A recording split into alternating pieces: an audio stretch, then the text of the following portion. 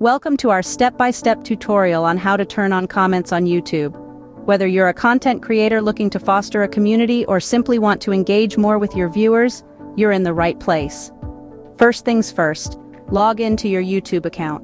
Once you're in, click on your profile picture at the top right corner of the screen and select YouTube Studio from the drop-down menu. In YouTube Studio, you'll find the Content tab on the left sidebar. Click on it to view all your uploaded videos. Find the video you want to enable comments for and click on its title to open the video details page. Scroll down to find the Show More option beneath the video description and click on it to expand more settings. Look for the Comments and Ratings section. Here, you can choose how you want to manage comments on this video. To enable comments, select Allow All Comments.